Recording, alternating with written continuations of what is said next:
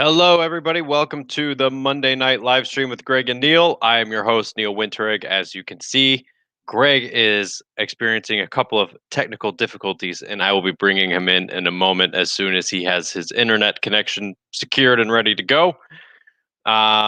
We are broadcasting, as always, on Facebook, LinkedIn, and YouTube. So I am going to let everything get ready and get the notifications out. Every Monday, 7 o'clock, live stream, Greg and Neil. We come up with different topics every week. So I would love to have suggestions from you about what you might want to use or about what topics you might want us to cover. We are currently coming up with the topics, but I'd love to hear from other people what topics you would like us to cover.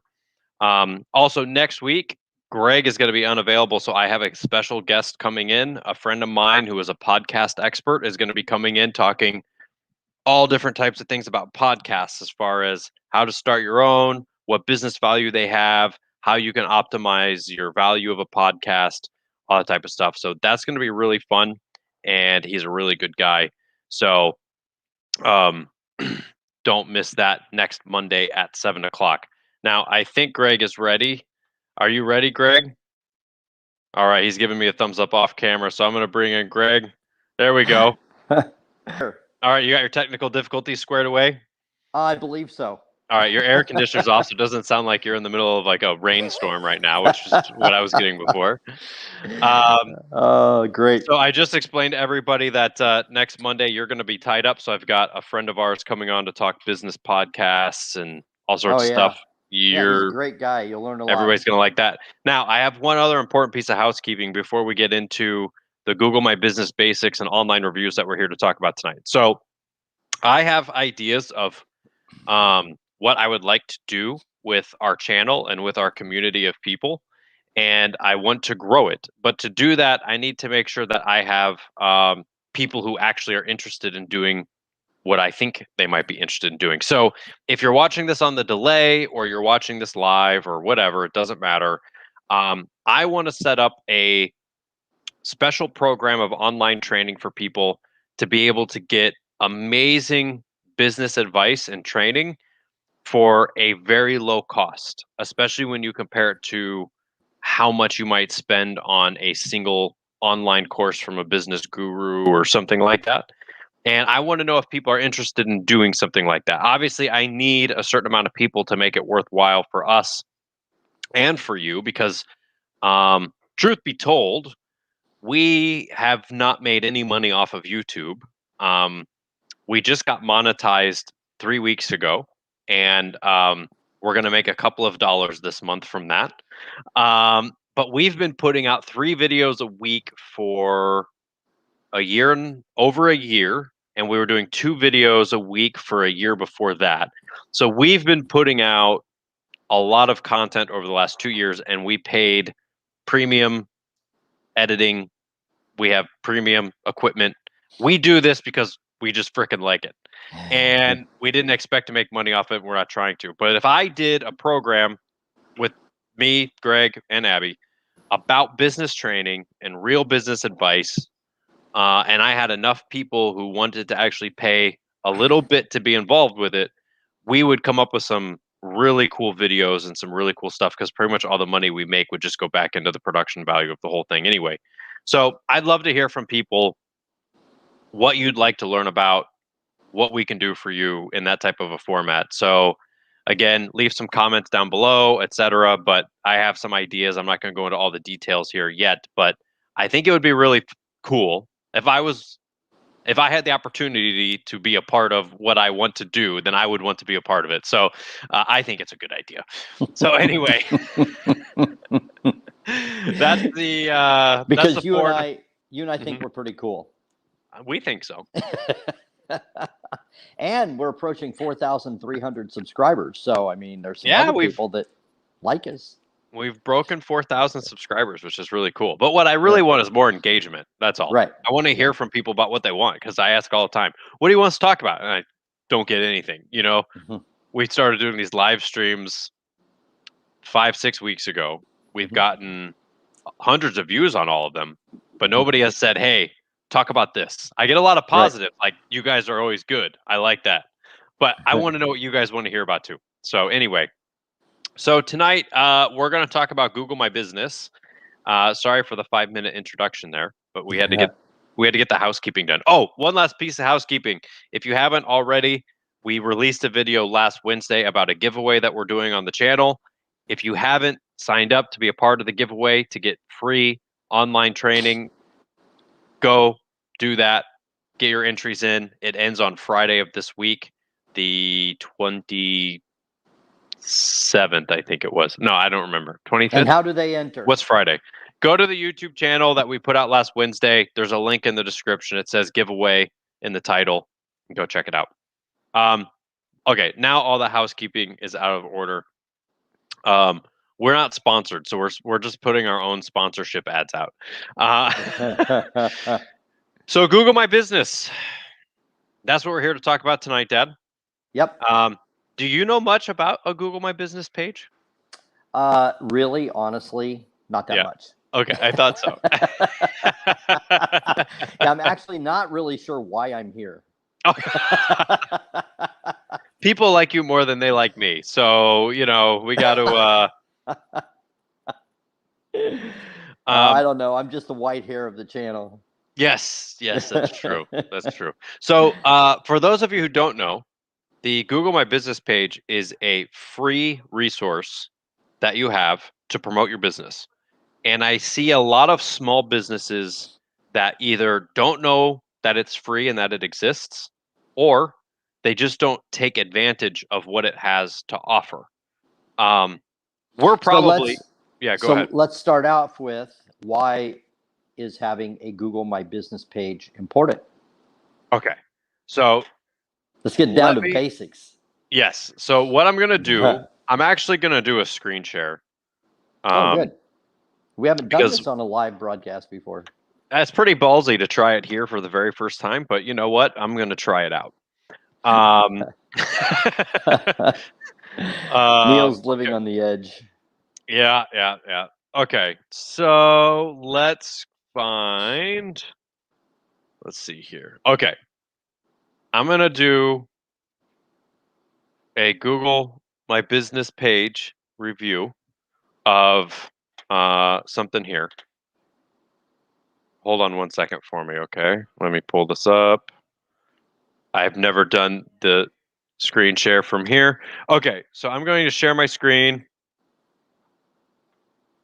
And I'm going to do here. Okay. So, can you see this, Dad? I can.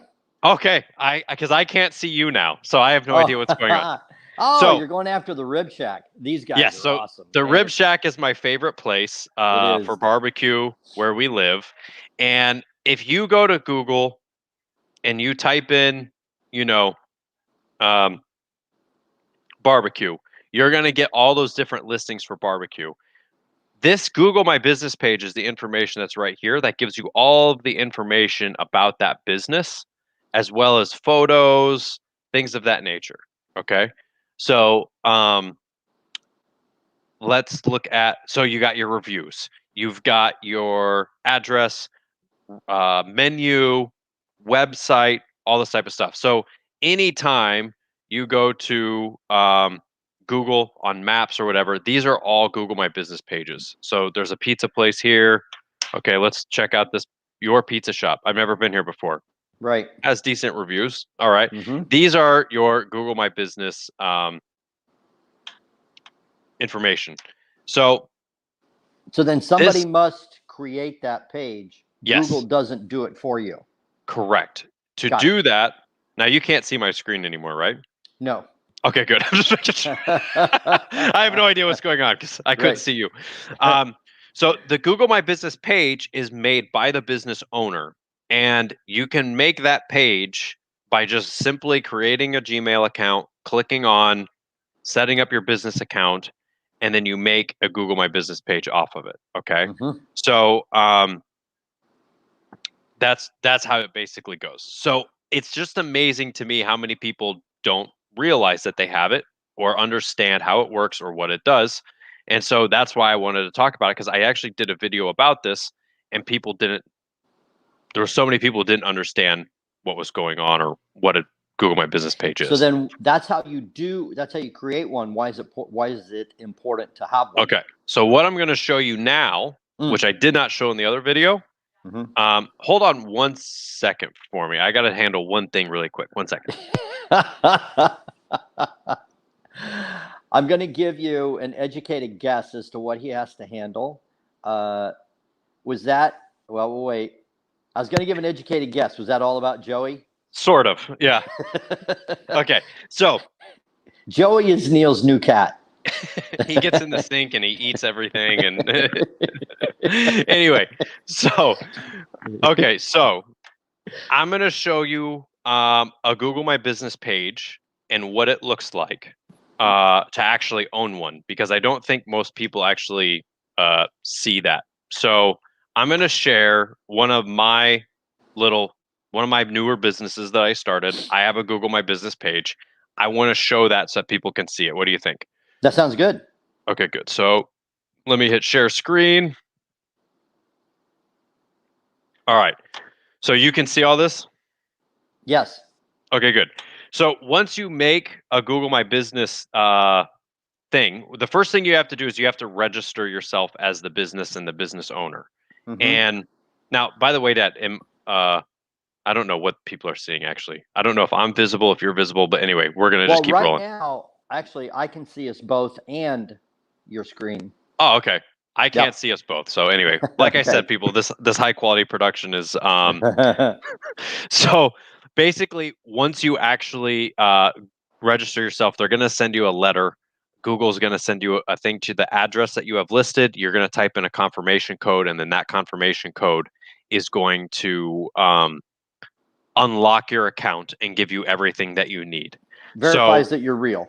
Verifies that you're real. Now, what I did, I work from home, and I did not want my home address being the address for my Google My Business page. Okay. And you cannot use a P.O. box. Okay. So what I did was, we are members of a co-working space called The Ring. I pay for an address there. Yeah. And it's not a P.O. box. I actually get a suite number. So I'm 600 Cleveland Street, Suite 354 in Clearwater. That's not a P.O. box. It's an actual address. And so I was able to utilize that, so that when people Google my business, when they're looking for me, I think it's weird when I'm like, Joe's painting and it's like this dude's house. I'm kind of like, right.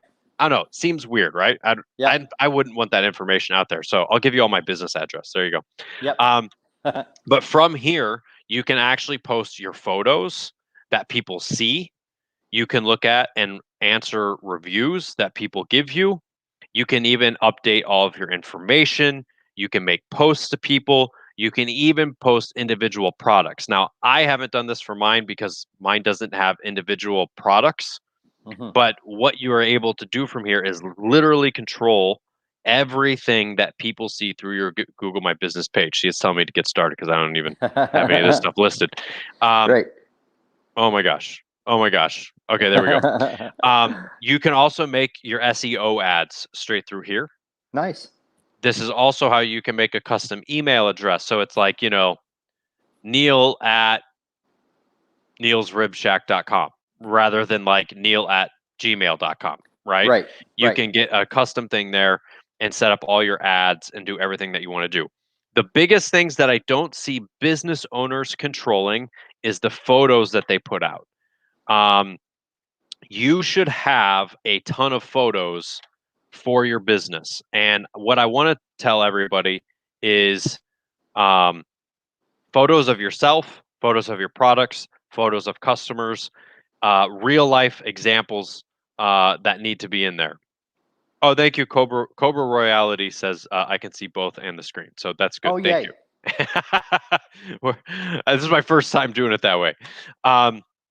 Because if you look at a lot of Google My Business page specifically for small businesses, we'll call it the GMB. The GMB page is usually skipped and people don't really take care of it. It's a photo from 12 years ago when they first made their Google My Business page. Right. And you should constantly be updating it and constantly adding new pictures, because some of the pictures I see on some of these Google My Business pages are like a 2007 flip phone photo and it just looks terrible. And you're trying to represent yourself as being a modern business or as a business that makes sense for somebody to contact. And I'm like, I don't even know if this place is still open. It says it's open, Right. but I don't trust that this place is still open. And so, well, my first impression is that it's actually quite a nice service from Google that they make it so easy that you can set it up and look like something real, even if you are doing it from your kitchen table. Yes. And this is I my like desk that. for that business. This is my kitchen table. But it's really all that you need as far as being able to be professional and to be out there. And so if people come and they Google you or they Google a service like you want to have a Google My Business page so that it shows up on the website. So earlier we did the Smoke and Rib Shack on West Bay. So if I go to, we're going to do another screen share. If anybody's local, by the way, they need to go to the Smoke and Rib Shack. Have to go to Smoke and Rib Shack. Yeah, they've catered so many parties for us. Yeah.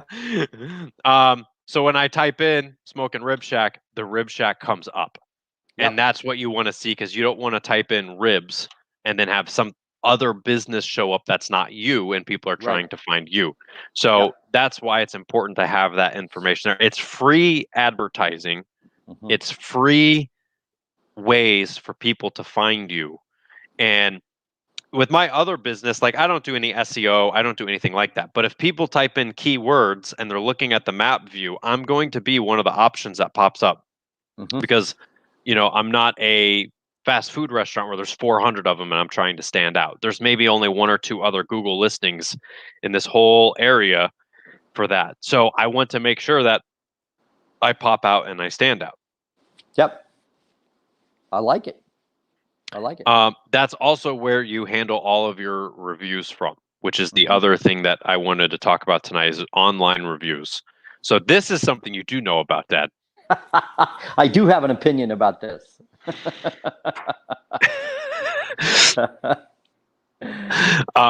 But make sure your Google My Business is set up so that you can actually operate your whole business through that page that I showed you. And it's very easy to set up. That was the first time I had ever actually set up my own page. And it literally walks you through the whole process through Google of set your hours, hit next. You know, what's your website? Hit next. What hours can people contact you? Hit next. And it just puts it all together for you automatically. And it makes it very simple. But online reviews are the next big thing. And that's the other thing that we wanted to talk about here. So if you're new to the channel or somewhat new, it was probably over 2 years ago now, I did a whole thing on how to combat bad Yelp reviews, what legal action you can take against Yelp if you need to, or how to get reviews taken down. And I did a whole interview with a local business attorney, and you can go through our channel and find those videos. It's a whole, I think we have a Yelp playlist where those are in there talking about specifically that was about how terrible Yelp is as a service and as and the what interview they do. with the attorney is really great from a legal viewpoint. Yes, from a legal perspective, that interview is very good, and will give you a lot of advice on how you can get false reviews taken down, or defamatory reviews, or reviews where people are swearing, calling people names, things like that. That will teach you how to take care of that. But online reviews are extremely important to promoting your service, and I wanted to clear up a few things that you may or may not have known about that. So first off, Dad, do you have anything to say about Google reviews before I start jumping into it? Well, anymore, you do need to pay attention, because a lot of people now are going online, and it's one of the first things to do is check the reviews. And so this is something to pay attention to, get as many reviews as you can. It's actually more than just a good idea. It's something that you really should try to do. We have clients that some of our dental clients just have one full-time person and that's one of their functions is how many Google reviews did they get this week. And they're trying to get 10 or 20 or 30 a week, which just launches them way ahead of the other dentists in the area. So it's definitely something to pay attention to. Yes. And I want everybody to know that one bad review is not the end of the world. Yeah. Now, if you only have one review and it's a Then it's the end 1-star of- review, Then it's the end of the world. you need to get on that, okay? You need to get on that. You need to do something about that. But it's also not bad to have only, or it's not bad to have a mixture of reviews. In fact, you don't want necessarily all 5-star reviews. Now, I know that sounds contradictory, but in reality, if you have 4.8 stars and you have 50 reviews, people are probably more likely to trust that than 50 reviews that are only 5 stars. Because it's like, nobody can please 50 people without having an issue somewhere. Right. And so one of the things we talked about with the attorney was that there have been studies done about the fact that necessarily having 5 stars isn't necessarily the greatest thing. You want 4.8, people 4.9 is better than a 5, actually. It's kind of funny. Yeah. And we actually did some videos of people talking about how amazing a restaurant was. The food was fantastic. The waiter's amazing. This place is awesome. 4 stars. And it's like, what does it take to please you? So you're not going to get 5 stars from everybody. And you, so don't take it personally if, This kind of reminds me, Neil, the time when you got 4 A's and a B and you were trying to convince me that was better than straight A's. It's kind of like that. I don't think I ever got 4 A's. Let's be honest. I had to go to school to get 4 A's. That's a video for another day. Did I really get 4 A's and a B? I made that up. Oh, okay. I was gonna say, I always aced reading, and then everything after that sucked at school. Anyway, I just had to throw that in. Yeah. So reviews are something that you can work towards getting as many of as you can. But you don't have to feel like you can only get a 5-star review. If you get a 4-star review from somebody, there's just really no pleasing that person anyway. So it doesn't really matter. People don't care if it has 4.8 stars versus 5 stars. The only time you have to worry about negative reviews is when you've got more negative reviews coming in than you have positive reviews, or a third of them are negative. Then you got to really look and find out for yourself if you're doing something wrong. Because I think the biggest thing I see is owners in doubt or just mad at all the customers that leave them 1-star reviews as if the customer doesn't know anything, right? Those are when you're in denial about the fact that you have a problem. Like if somebody keeps... I remember, didn't you look up the U.S. Postal Service once and they're like 2.3? Yeah. No, I think it was less than that. I don't even remember now. We were doing a video about this, and I was getting examples, and the Postal Service had like 1 star or something like that. It was really, really bad. Yeah, if you've got 1,000 reviews and you're under 2, you have a problem. It's not the public. Yeah.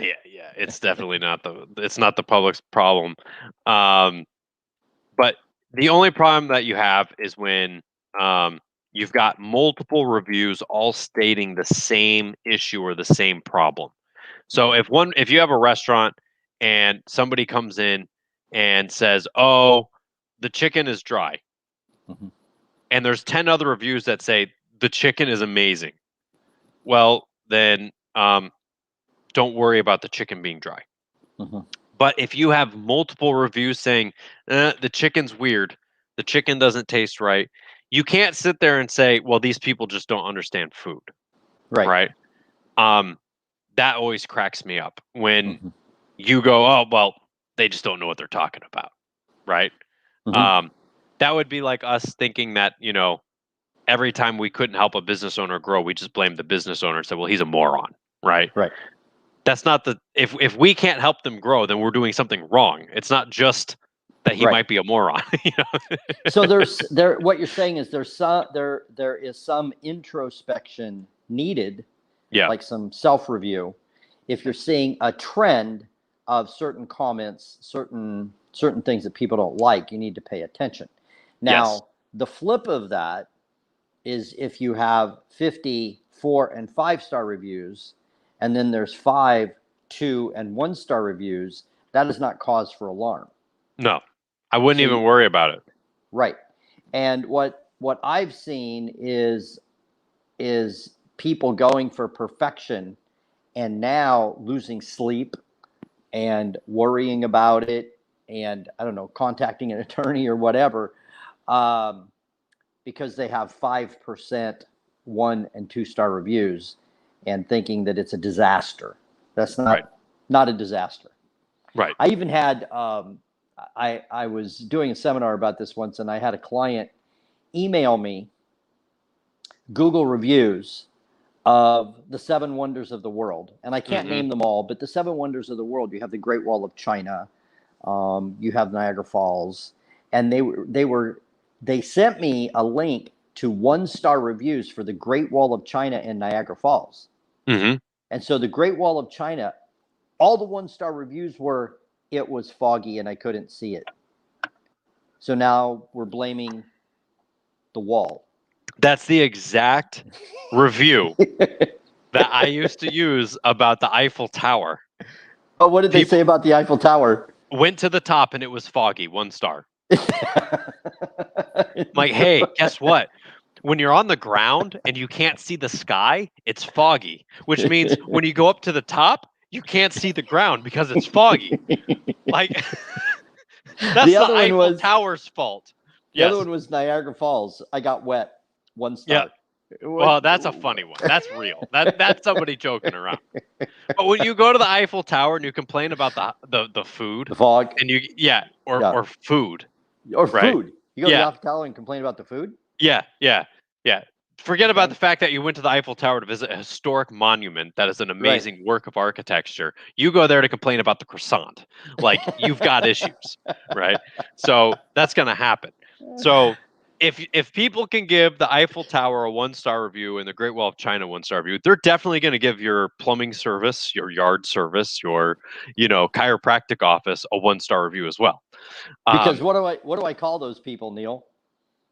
Those are 1-star people. They're 1-star people. Yes. They're 1-star people. You're not going to get a 5-star review or a 4-star or a 3-star out of a 1-star person. They're just 1-star people. They're just 1-star people. And you can click on their profile and see other reviews they've left, and they're always 1 star. And that's what I love about that. That's what I love about Yelp and the internet is you can see all the reviews this person's leaving. Now, there is some important things that you can do about Google reviews. Number 1, every time you get a positive review, leave a comment, which you can do through your Google My Business dashboard that I showed you. Leave a comment thanking them and acknowledging them for the review. If you get a bad review, you tell them to go screw themselves. No, I'm just kidding. I don't think that's what the attorney said to do. I don't remember, but I don't think it was that. No, don't do that.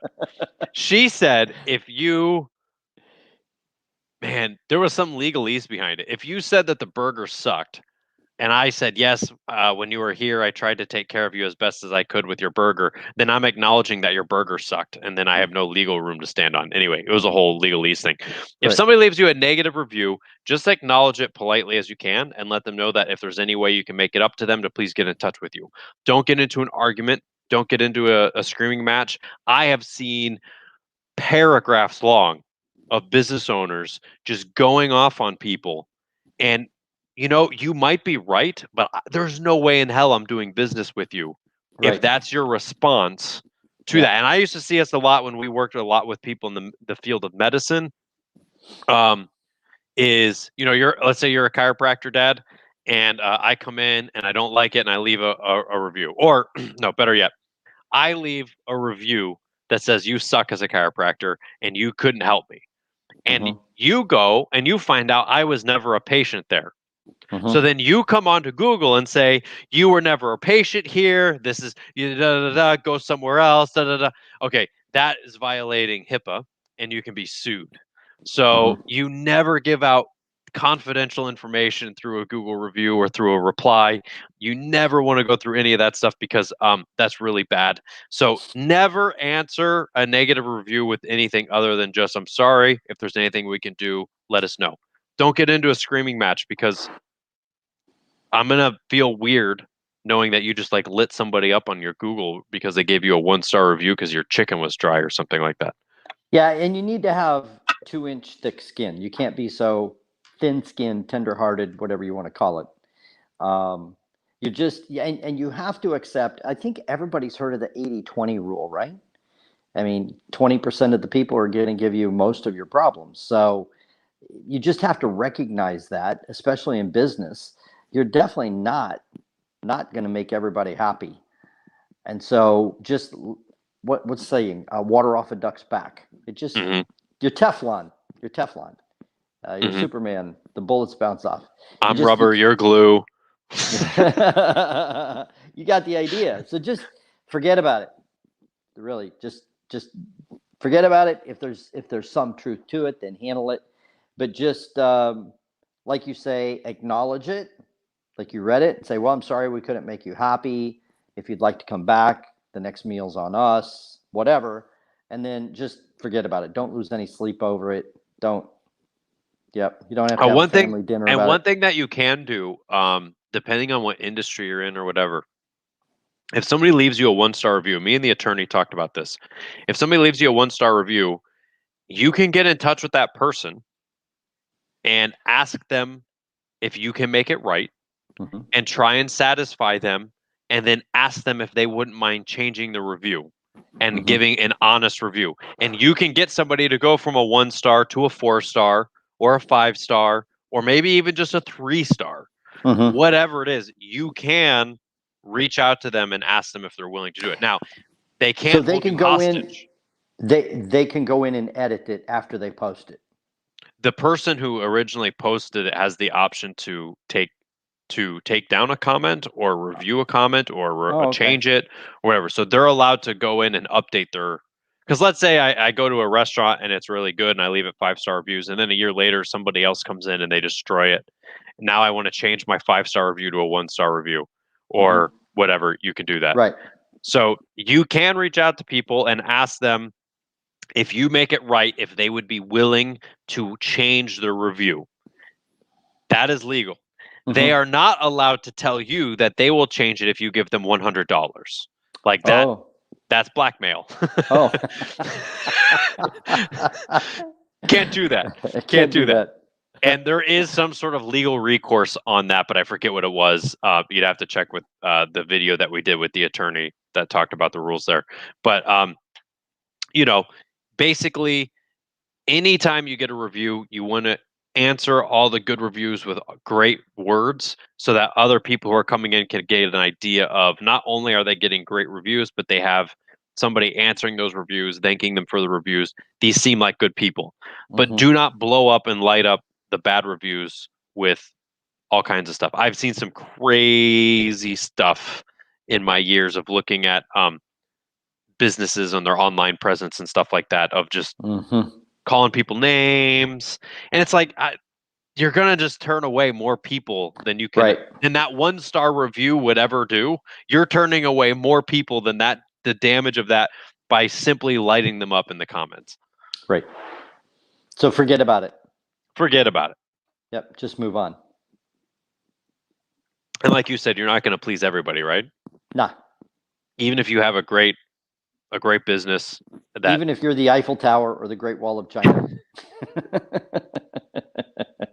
Pretty much. Yeah, pretty much. And you should, and everybody that's watching, you should go and look at like 1-star reviews of stuff like that. It gets really funny at times when you're doing stuff like this, is finding those 1-star reviews and just realizing how stupid people can be sometimes. Well, and it puts it all in perspective. Then it might make you feel better about a bad review that you got. You're like, okay, it's not the Eiffel Tower's fault that it was foggy. Right. And it might not be your fault that, the food wasn't to their liking, but it could also be that you did make a mistake. So you have to ask yourself, is there anything we can change, or how can we stop that from occurring Yep. again, or something like that? Especially when you've got a new business, you're going to make mistakes, and you're going to realize it's a mistake afterwards because you had never run into that scenario before. So you said, okay, well, we'll do it like this. And then you go, wow, that didn't work. And so you might get a bad review, and you might have to tell somebody, listen, we're new. We're just getting started. We didn't handle it right. If we do this, would you be willing to upgrade or change your review, and then take it from there? So you've got different options available to you. But Google is going to be probably one of your best resources to actually sink time into getting reviews with. Yelp is just disgusting, and I don't even want to do anything with Yelp.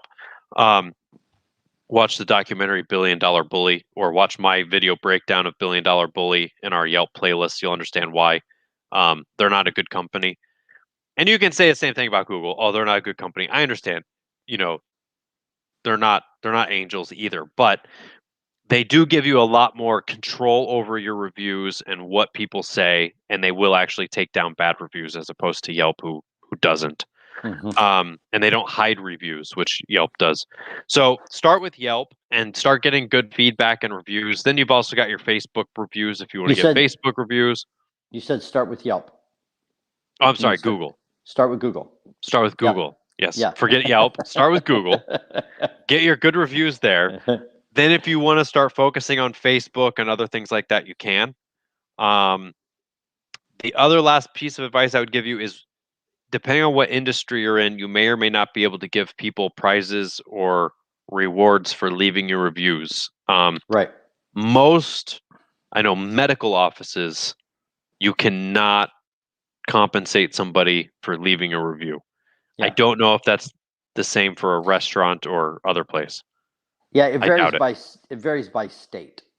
So with medicine. With medicine, it varies by state what can and cannot be done. So if you have some sort of a medical service practice, podiatry, whatever, then you need to check your state practice act. Yeah, because in some states, if I refer you to my chiropractor can't do anything.